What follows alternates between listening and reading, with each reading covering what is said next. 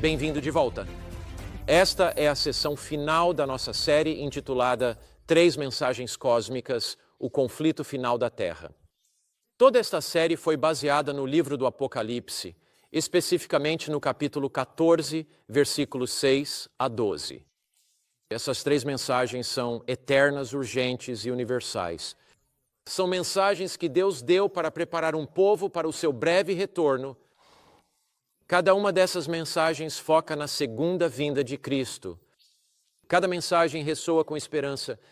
Nesta apresentação, vamos discutir o último movimento de Deus, a Terra, um mundo em chamas, com a glória de Deus. É hora de erguer a trombeta. Jesus está voltando. Durante esta apresentação, gostaria de convidar você a inclinar a cabeça para orar. E enquanto oramos, que nossos corações se encham com a esperança do breve retorno de Cristo. Pai Celestial, agradecemos porque Jesus está voltando.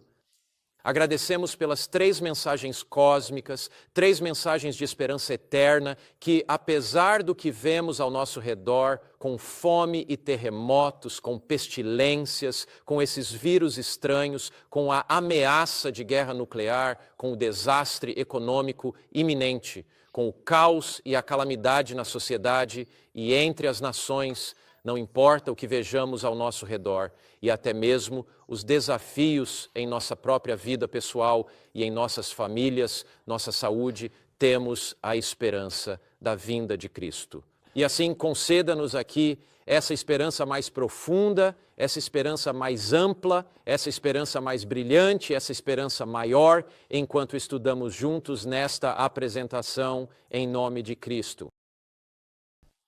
Em breve, a Terra estará em chamas com a glória de Deus. Essa é a mensagem do livro do Apocalipse. Um dos eventos mais significativos da Primeira Guerra Mundial foi o naufrágio do RMS Lusitânia por submarinos alemães.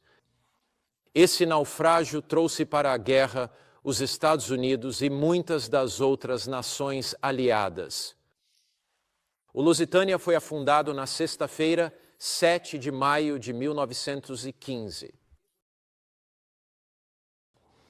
A embarcação afundou a 11 milhas de Kinsale, na Irlanda. Quando o barco foi torpedeado e afundado, morreram 1.198 pessoas e houve 761 sobreviventes. Há uma história fascinante que surgiu do naufrágio do Lusitânia. Na verdade, quando o Lusitânia foi afundado, muitos panfletos foram publicados como "Empunhe a espada da justiça, aliste-se na luta da guerra". Isso fez com que muitos soldados se alistassem, muitos voluntários entraram naquela guerra. Joseph Duveen era um negociante de arte e ele havia comprado uma passagem para um de seus jovens especialistas em arte, um especialista em cerâmica, viajar no Lusitânia para a Europa para ver e examinar algumas peças de cerâmica muito exóticas e raras. Quando Joseph Duveen viu os avisos sobre a guerra, ele disse a esse jovem protegido, esse jovem especialista em cerâmica: "Acho que você não deveria ir, recebemos avisos". Esta é uma fotografia do aviso real que os alemães divulgaram. Aviso: viajantes que pretendem embarcar em uma travessia do Atlântico são lembrados de que existe um estado de guerra entre a Alemanha e seus aliados, e a Grã-Bretanha e seus aliados, que a zona de guerra inclui as águas adjacentes às Ilhas Britânicas, que, de acordo com o aviso formal dado pelo governo imperial alemão, embarcações que ostentam a bandeira da Grã-Bretanha ou de qualquer um de seus aliados estão sujeitas à destruição. A embaixada alemã emitiu um aviso de que o transatlântico poderia ser torpedeado e destruído. Então Duveen disse a esse jovem especialista em arte: Eu não acho que você deva ir. Eu não quero arriscar a sua vida. E o jovem disse: Olhe, senhor, quando li sobre o que estava acontecendo no Atlântico, comecei a me preparar. No início, eu ficava sentado em uma banheira de água gelada por 30 minutos. Mas esta manhã, fiquei naquela banheira gelada por 2 horas. Senhor, não pense que eu deixaria a preparação para um evento tão importante para a última hora. Estou preparado, eu irei. O jovem foi. O Lusitânia foi torpedeado. E, surpreendentemente, esse jovem sobreviveu nas águas geladas e congelantes por 5 horas e foi resgatado. Ele não deixou a preparação para a última hora. O livro do Apocalipse nos exorta. O livro do Apocalipse nos convida a não deixar a preparação para a segunda vinda de Cristo para a última hora. É disso que trata a mensagem dos 3 anjos. Esse é o propósito dessas 3 mensagens cósmicas: preparar as pessoas para a vinda de Jesus. São mensagens de esperança, são mensagens de encorajamento, são mensagens que nos foram dadas por um Deus de imenso amor, que deseja que estejamos preparados.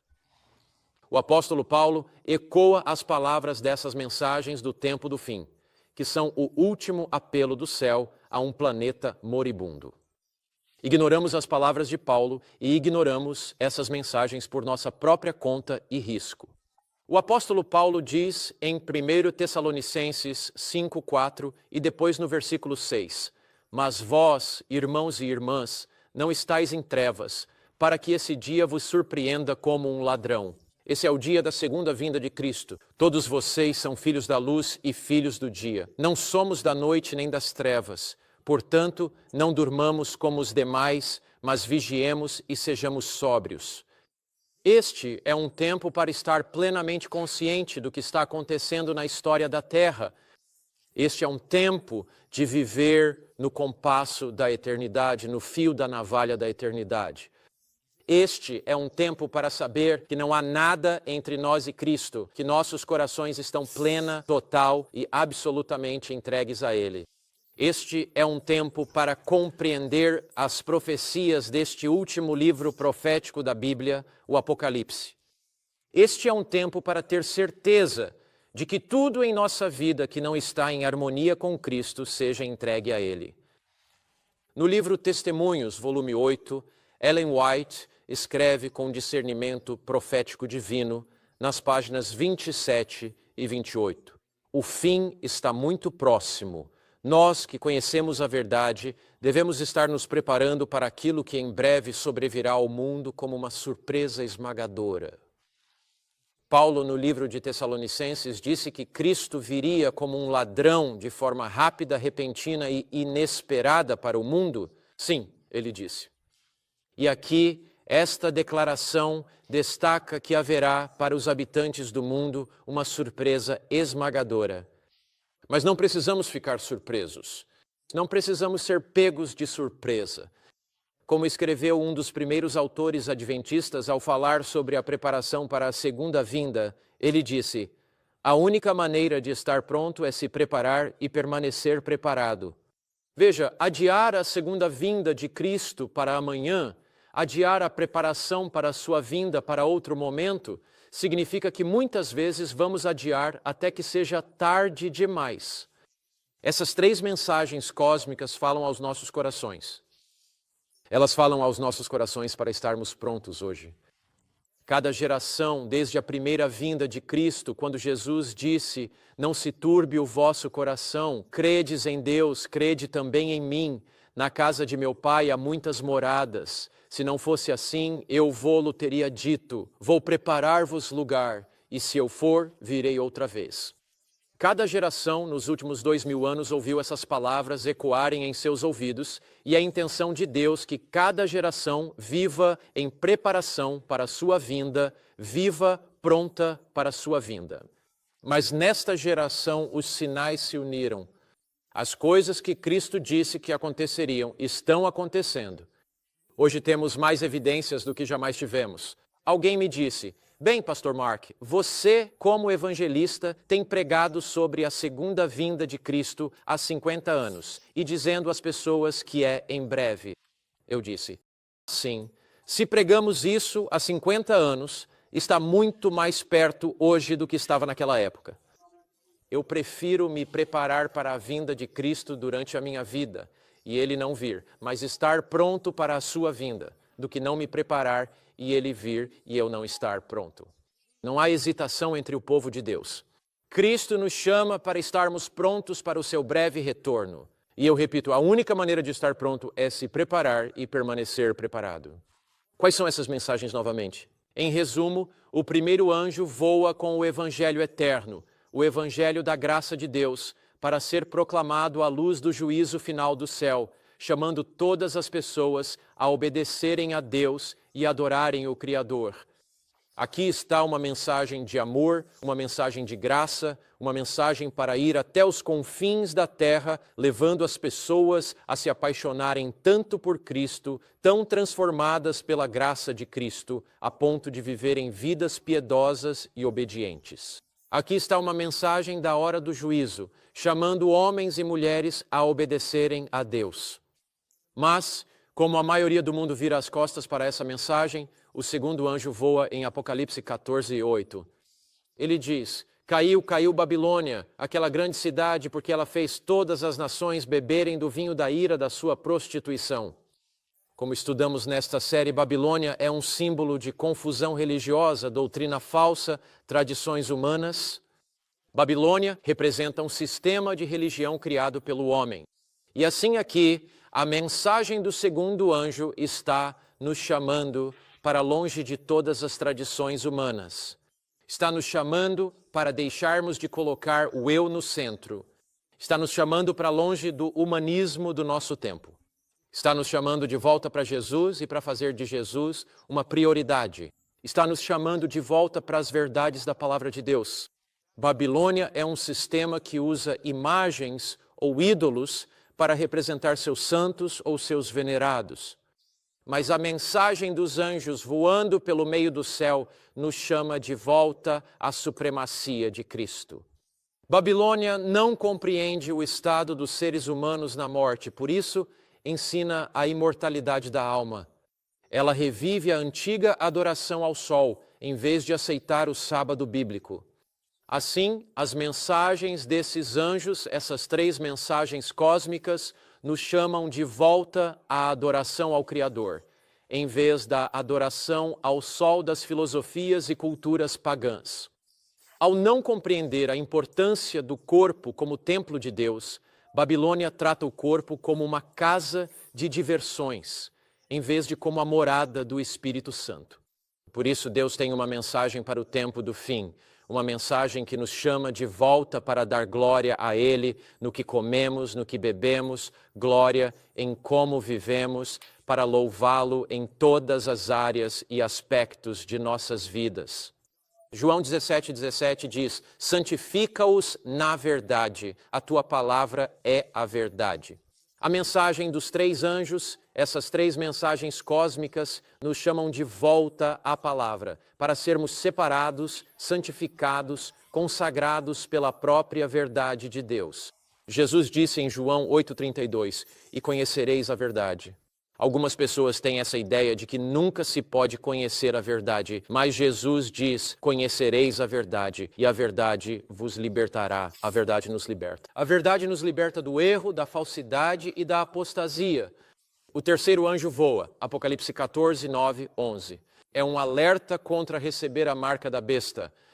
É um alerta contra aceitar uma união político-religiosa entre igreja e Estado para trazer segurança e paz à terra. O veículo dessa união, é claro, é aquele falso sinal da adoração ao sol em oposição à adoração do sábado. Em todas as profecias da Bíblia, uma besta, naturalmente, representa um poder político ou religioso. Então, a marca da besta representa o sinal de autoridade de um poder político-religioso que tenta unir o mundo em um movimento de unidade global. A besta do Apocalipse, nos capítulos 13 e 14, surge de Roma, como estudamos, como um sistema mundial de adoração. A história vai se repetir. Nos dias do início do Império Romano, igreja e Estado se uniram. Em uma época em que o império estava desmoronando, Constantino, o imperador romano pagão, numa tentativa de unificar seu império, usou o domingo como um instrumento no qual as oficinas eram fechadas, tornando-se um dia social comum. Líderes da Igreja, unidos ao Estado romano, aprovaram decretos e concílios eclesiásticos para santificar o domingo, em oposição à própria palavra de Deus. Isso de fato acontecerá novamente. O livro O Grande Conflito, página 588, diz: por meio dos dois grandes erros. Quais são os dois grandes erros? A imortalidade da alma e a santidade do domingo. Satanás trará as pessoas para debaixo de seus enganos. Enquanto o primeiro estabelece as bases do espiritualismo, o último cria um vínculo de simpatia com Roma. Os protestantes dos Estados Unidos serão os primeiros a estender suas mãos através do abismo para agarrar a mão do espiritismo. Eles atravessarão o abismo para apertar as mãos com o poder romano e, sob a influência dessa tríplice união. O que é a tríplice união? Espiritismo, catolicismo e protestantismo apóstata, que abandonou seu verdadeiro amor, Jesus, para aceitar os ensinamentos falsificados do mundo e os ensinamentos falsificados da Babilônia. Este país, a América, seguirá os passos de Roma ao pisotear os direitos de consciência. Como isso realmente acontecerá em um tempo de crise imensa? Em um momento em que parece que este mundo está desmoronando e se desfazendo, em um tempo de incerteza, nesse período, Igreja e Estado se unirão. O diabo realizará falsos milagres para reunir, sob o pretexto do veículo da adoração dominical, um dia comum de adoração. Aqueles que não concordarem acabarão sendo perseguidos, incapazes de comprar ou vender, é o que diz Apocalipse 13, e eventualmente haverá um decreto de morte. Agora, uma das ferramentas que o diabo usa para alcançar seu objetivo final de unir o mundo inteiro sob sua autoridade são os falsos milagres. Assim, os espíritos de demônios realizam milagres para promover essa falsa união. Apocalipse capítulo 13, ao tratar da marca da besta, falando sobre esse boicote econômico em que ninguém pode comprar ou vender, nos versículos 13 e 14 diz: esse é o diabo, realiza grandes sinais ou grandes milagres, grandes maravilhas, de modo que faz descer fogo do céu à terra diante dos homens. Na Bíblia, o fogo é um símbolo da presença de Deus. A espada flamejante ali na entrada do Jardim do Éden, a presença de Deus, impedindo que Adão e Eva voltassem, a presença flamejante guiando os filhos de Israel com a coluna de fogo à noite, tudo isso era a representação da presença de Deus. No Novo Testamento, o fogo representa a presença de Deus manifestada no Espírito Santo. Línguas de fogo nos dias de Pentecostes, o fogo da presença de Deus. Mas este é um fogo falso, então esta é uma presença falsa de Deus, um falso movimento do Espírito Santo sob o domínio da besta. Ele realiza, voltando ao gráfico, ele realiza grandes sinais, de modo que até faz descer fogo, falso movimento do Espírito Santo, falsos milagres, do céu à terra diante dos homens. Ele engana. O que ele faz? Engana aqueles que habitam sobre a terra.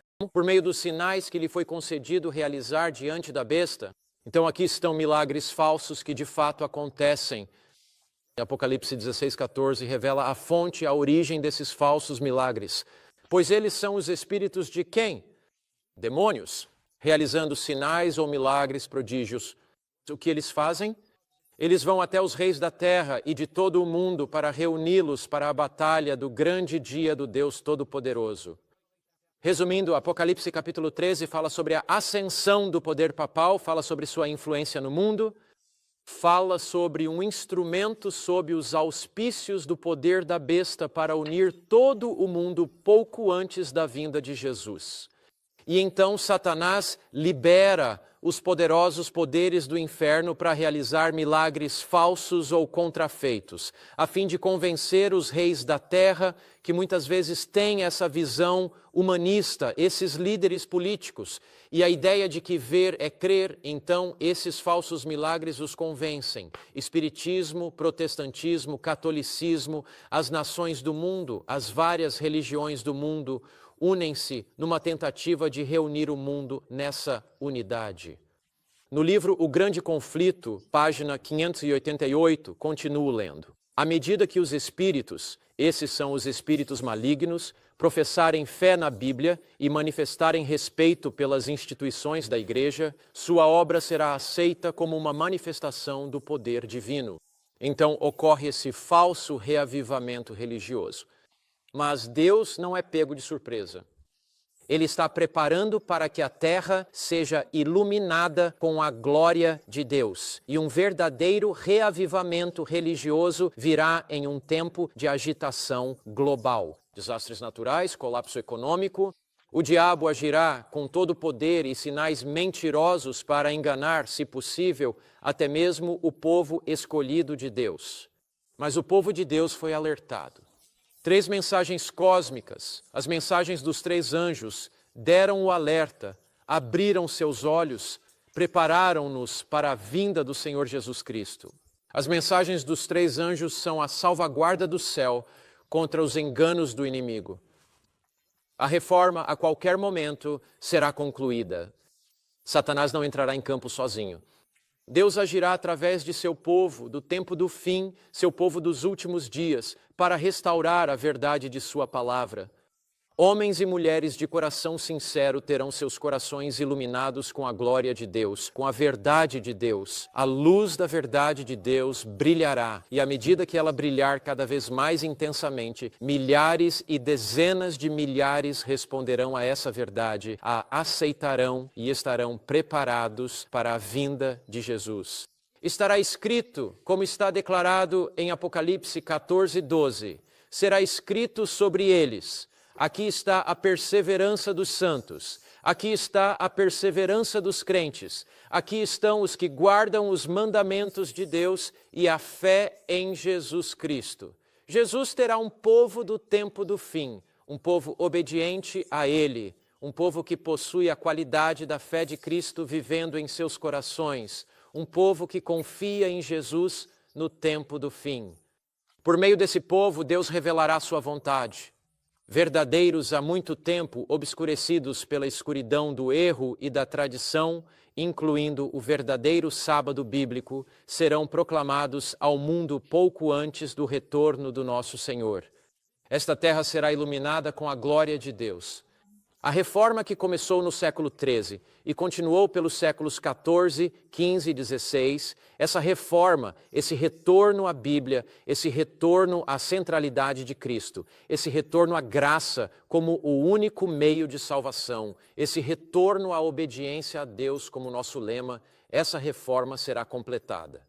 Essa reforma chegará ao seu clímax em um povo adventista dos últimos dias, que é um movimento de destino levantado por Deus para proclamar sua mensagem final até os confins da terra. Haverá o nascimento de um movimento no tempo do fim. Esse movimento já começou, esse movimento já está ecoando a verdade de Deus ao redor do mundo. Mas haverá no tempo do fim um movimento final de Deus, um último mover de Deus. Apocalipse 14:7 diz: temei a Deus, dai-lhe glória, pois é chegada a hora do seu juízo. Adorai aquele que fez o céu, a terra, o mar e as fontes das águas. Respeite-o, obedeça-lhe. Uma mensagem para ir a toda a nação, tribo, língua e povo. Dai-lhe glória em seu estilo de vida. Uma mensagem para o mundo, pois a hora do seu juízo chegou. Uma mensagem para cada homem, mulher e criança no planeta Terra. Adorem o Criador em vez de adorar aqueles que foram feitos pelas obras das nossas mãos. O diabo tentou minar a criação em uma era de evolução, mas o chamado do tempo do fim, o chamado dos últimos dias, o chamado desses 3 anjos é um chamado para adorar o Criador. E está consagrado no mandamento do sábado esse chamado para adorar o Criador. João, em Apocalipse 18:1, fala sobre esse movimento final de Deus. Ele fala sobre esse movimento dos últimos dias e diz: depois destas coisas, vi outro anjo descer do céu com grande autoridade, e a terra foi iluminada com a sua glória. O diabo não envolverá este mundo em trevas. O diabo não triunfará no final. Jesus triunfará no final. O diabo não será vitorioso no final. Jesus será vitorioso no final. A terra será iluminada com a glória de Deus. Agora, você percebeu o nosso texto, Apocalipse 18:1? Depois destas coisas, vi outro anjo descer do céu com grande autoridade. Agora, essa expressão, grande autoridade, é uma expressão realmente impressionante. O Novo Testamento foi escrito em grego e a palavra para grande autoridade é exousia. Agora, exousia significa autoridade, mas significa mais do que autoridade. Exousia significa poder, mas significa mais do que poder. Exousia é uma palavra muito difícil de traduzir para o inglês ou para outros idiomas. Você realmente não percebe a nuance dela. Mas a palavra exousia tem a ver com vitória e triunfo em poder e autoridade. Ela está relacionada à autoridade de Cristo sobre os principados e potestades do inferno. Portanto, o que Apocalipse 18 está dizendo é que Deus terá um povo nos últimos dias, por meio do qual ele triunfará no momento mais crucial da história da Terra, na maior crise da história do planeta. E seu povo triunfará pela sua graça e através do seu poder sobre os principados e potestades do inferno, e a terra será iluminada com a sua glória. Agora, eu gostaria de analisar com você outras formas no Novo Testamento em que esse verbo exousia, ou melhor, essa expressão exousia, é descrita, grande autoridade. Aqui nós a encontramos em Mateus 10:1. Quando Jesus chamou os seus 12 discípulos, ele lhes deu poder. Agora, repare que a palavra para poder é exousia. Sobre o quê? Sobre espíritos imundos, para expulsá-los e para curar todo tipo de enfermidade e todo tipo de doença. Assim, nos últimos dias da história da Terra, quando Satanás realizar falsos milagres, Deus, no tempo do fim, manifestará seu poder.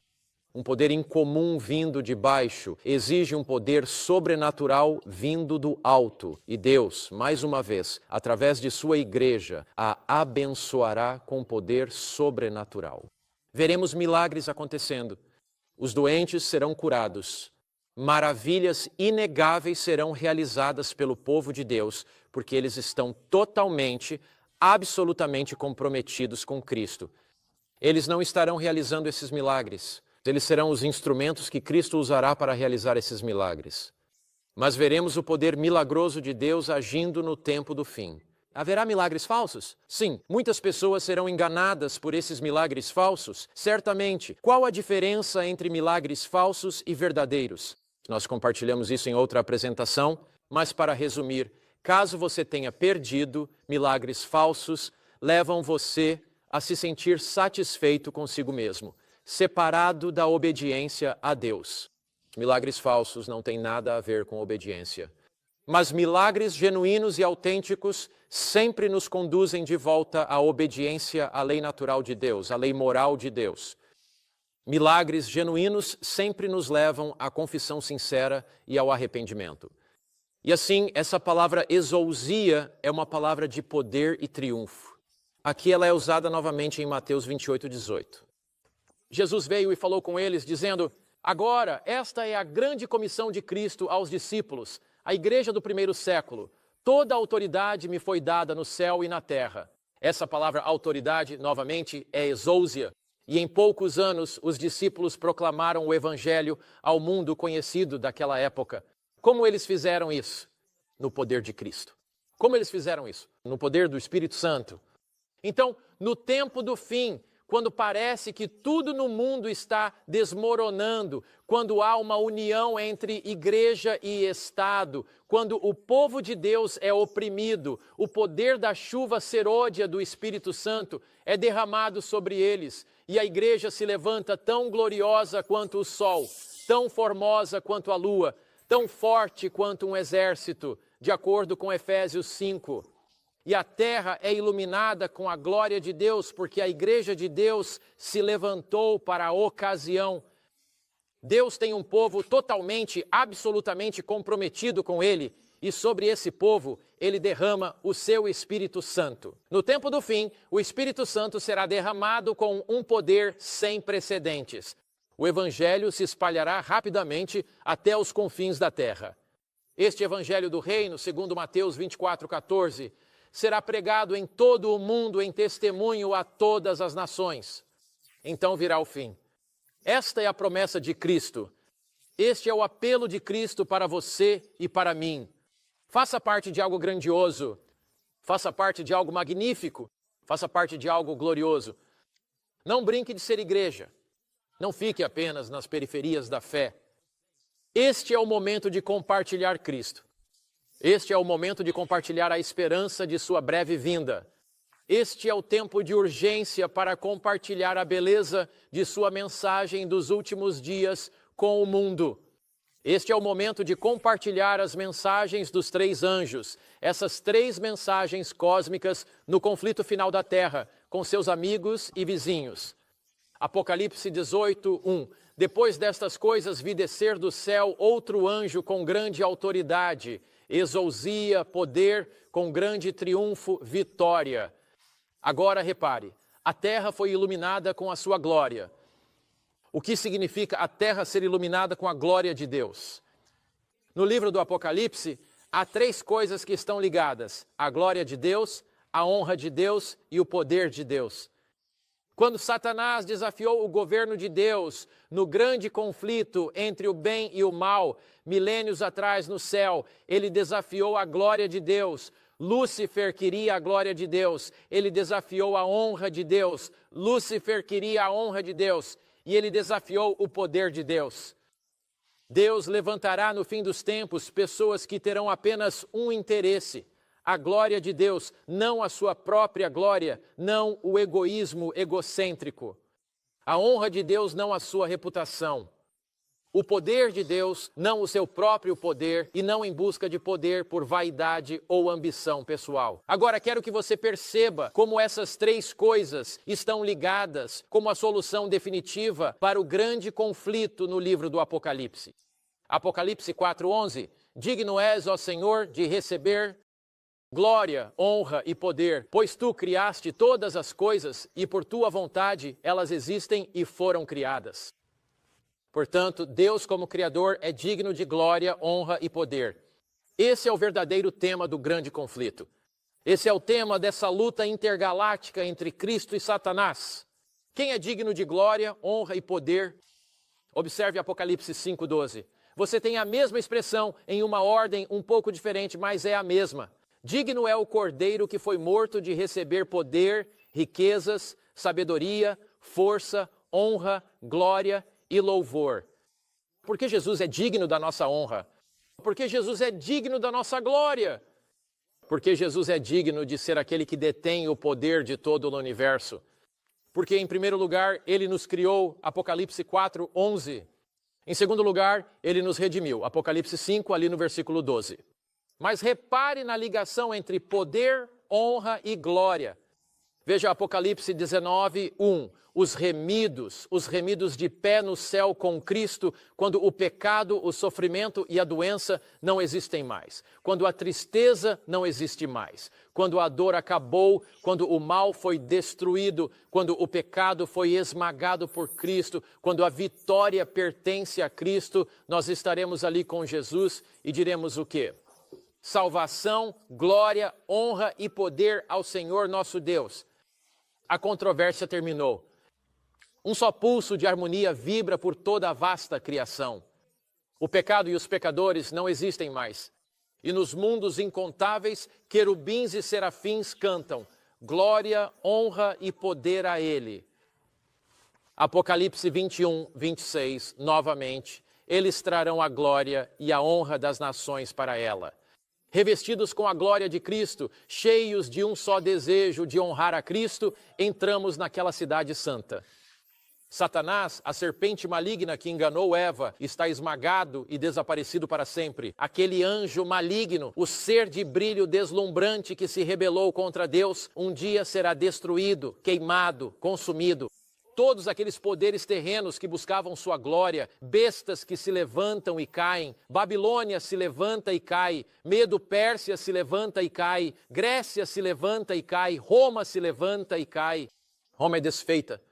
Há essa união amalgamada de igreja e Estado, a idade das trevas no tempo, união política de igreja e Estado, mas todos esses poderes que se levantaram e caíram buscando sua honra, buscando sua glória, agora desapareceram na insignificância.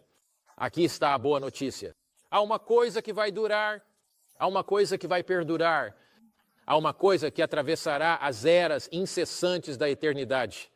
Nós cantaremos glória, cantaremos honra, cantaremos poder a Cristo. O grande conflito chegará ao fim. Jesus conquistou esse direito quando nos criou.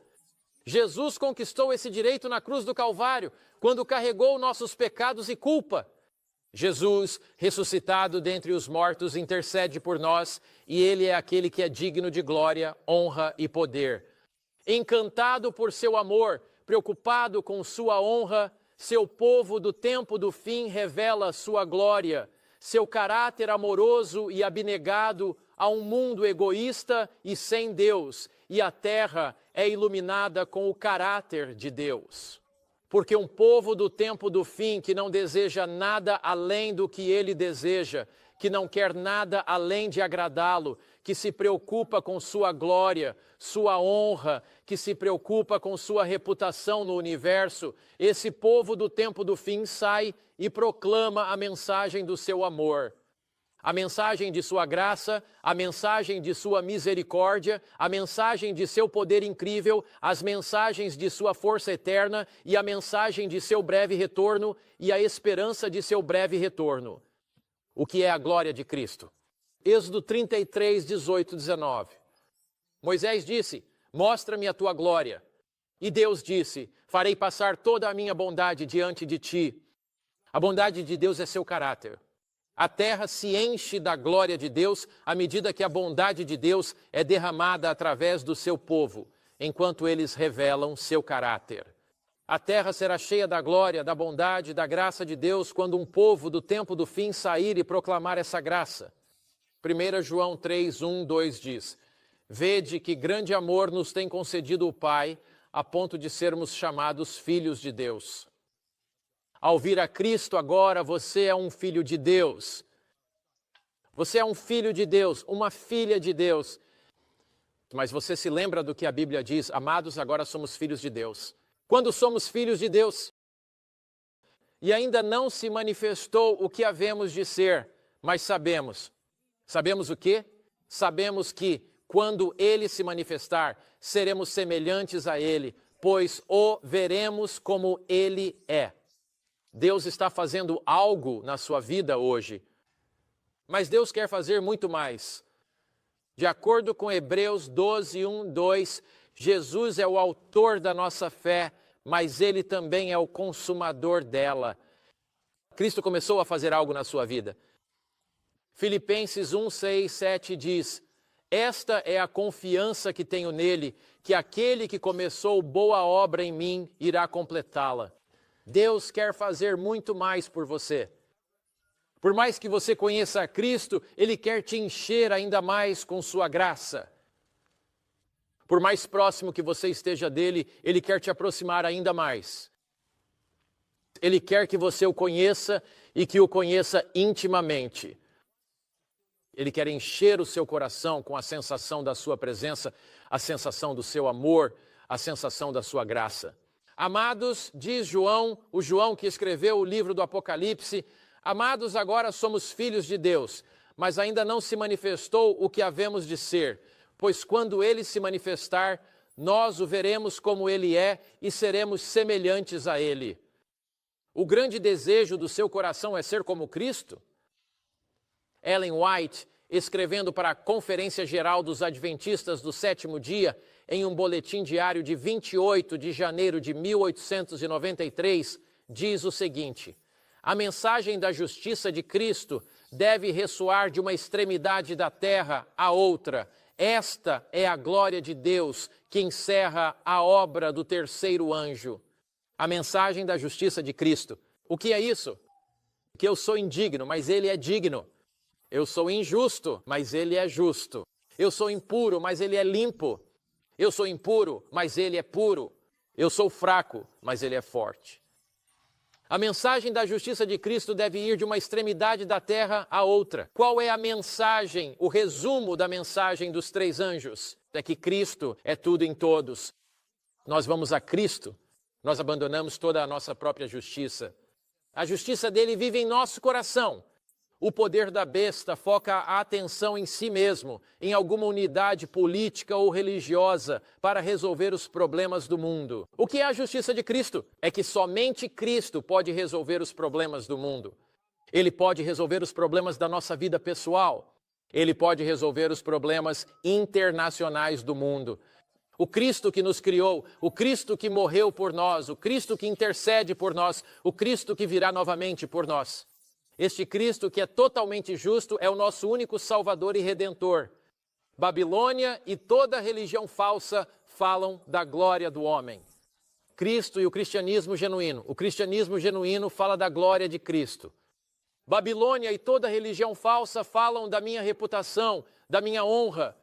O cristianismo genuíno fala da reputação de Cristo e da honra de Cristo. Babilônia e todas as religiões falsas falam das obras humanas. O que eu fiz? O cristianismo genuíno fala do que Cristo fez. Babilônia, religiões falsas falam do que eu estou fazendo por Cristo. Essas religiões falsas exigem vir com ofertas, com autoflagelação e vir para me tornar justo diante de Deus. Mas o cristianismo genuíno fala da cruz, fala do que Cristo fez por mim. E à luz de seus encantos incomparáveis, sou atraído a Ele.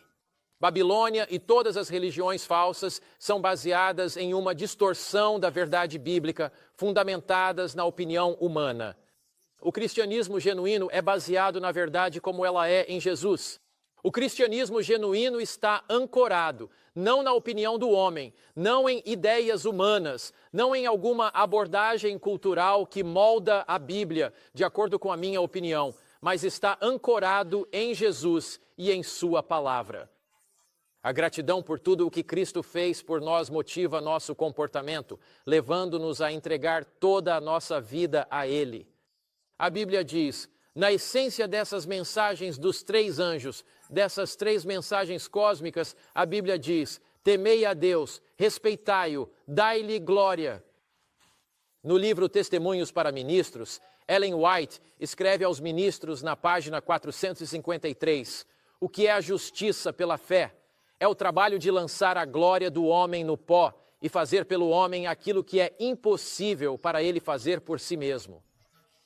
Nós vamos até Jesus e dizemos, Jesus, não há maneira de eu me salvar. Jesus, toma minha vida, meu eu pecador, e Jesus, salva-me. E Jesus, quando tu me salvaste, não foi para uma vida de desobediência, tu me salvaste para uma vida de obediência. O anjo clama poderosamente em Apocalipse 18, 2, 4. Ele clama poderosamente com grande voz, dizendo, caiu a grande Babilônia, tornou-se morada de demônios, pois todas as nações beberam do vinho da sua fornicação. Babilônia e a religião falsa, que depende de opiniões humanas, são enganadas por demônios.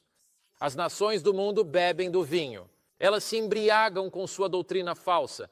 Os reis da terra se unem a esse sistema falso. Eles cometem fornicação com ela.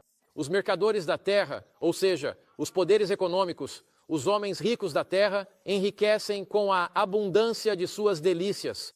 Aqui há uma verdadeira outra união tríplice.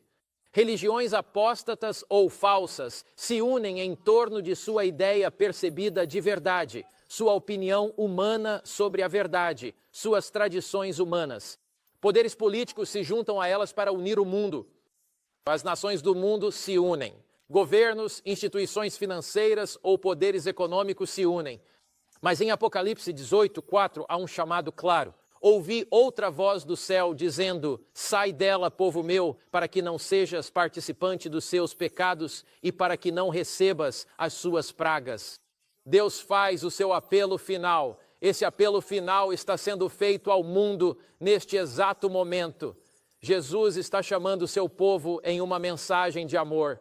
Venha fazer parte do meu movimento dos últimos dias. Venha fazer parte deste movimento divino de destino. Venha e compartilhe a glória da minha verdade com o mundo. Venha e revele a minha honra. Venha e revele a minha glória. Venha e seja capacitado pelo meu Espírito. Venha e una sua vida à minha e seja participante desse movimento final para o mundo. A Bíblia diz que é hora de tomar uma decisão por Cristo.